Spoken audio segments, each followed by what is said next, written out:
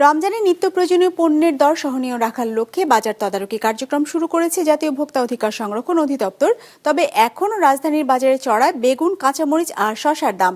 Report Kaykobad মাহমুদের।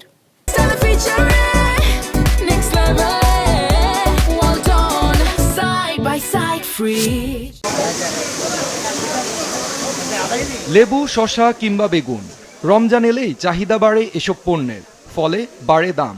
তবে রোজার দিন পাঁচেক পরে এসে এসব পণ্যের দরের খুব একটা পরিবর্তন দেখা যায়নি বাজারে। রাজধানীর আগারগাঁওয়ের বিএনপি বাজারে এখনও চড়া দামে বিক্রি হচ্ছে বেগুন, শসা আর কাঁচামরিচ। প্রতি কেজি বেগুন 100, কাঁচামরিচ 150 আর শসার দাম 80 টাকা। আর মাঝারি আকারের লেবু বিক্রি হচ্ছে 60 টাকা হালি দরে। ফুলকপি কিনছে, টমেটো কিনছে, দাম একটু বাড়তি আছে, আমাদের জন্য কষ্টসাধ্য। আমাদের আসলে সাধারণ মানুষের চাওয়া তো অবশ্যই প্রত্যাশার মধ্যে থাকবে, আমরা ক্রয় ক্ষমতার মধ্যে থাকবে, তাহলে আমরা জনগণ হিসেবে শান্তি পাবো। শুধু কাঁচা বাজার নয়, মাংসের বাজার চড়া। সবচেয়ে বেশি চাহিদা থাকা ব্রয়লার মুরগি বিক্রি হচ্ছে 180 টাকা কেজি দরে। সোনালী মুরগির কেজি 300 থেকে 320 টাকা। আর দেশি মুরগির কেজি 670 থেকে 700 টাকা। গরুর মাংস কিনতে গুনতে হচ্ছে 800 টাকা।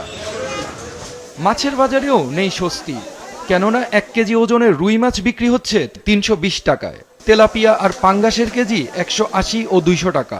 এই কিছুটা বাড়ছে আর কি। রুই মাছ আগে বারোটা 320 টাকা বেচা লাগে, এখন আগে 300 টাকা বেচছে। এই উপলক্ষে মনে হয় যে আর কি একটুখানি বাড়ছে, অল্প। নিত্যপণ্যের দরের এমন পরিস্থিতিতে রাজধানী সহ সারা দেশেই অভিযান পরিচালনা করছে জাতীয় ভোক্তা অধিকার সংরক্ষণ অধিদপ্তর। রমজানে একদিনও বাদ যাচ্ছে না, আমাদের 30 দিনই অভিযান চলবে এবং প্রতিদিনই আমাদের 13টা টিম বের হচ্ছে ঢাকা মহানগরীর বিভিন্ন বাজারে। তো আমরা সব জায়গায় মনিটরিং করছি দ্রব্যমূল্য নিয়ন্ত্রণে রাখার জন্য।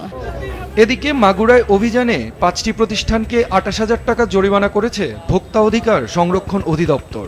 নোয়াখালীর মাইজদীতে অস্বাস্থ্যকর পরিবেশে ইফতার সামগ্রী তৈরি ও ময়লাযুক্ত খেজুর বিক্রির অপরাধে 2 প্রতিষ্ঠানকে জরিমানা করা হয়েছে 12,000 টাকা। কায়কবাদ মাহমুদ, বিজনেস রিপোর্ট, মাছরাঙা টেলিভিশন।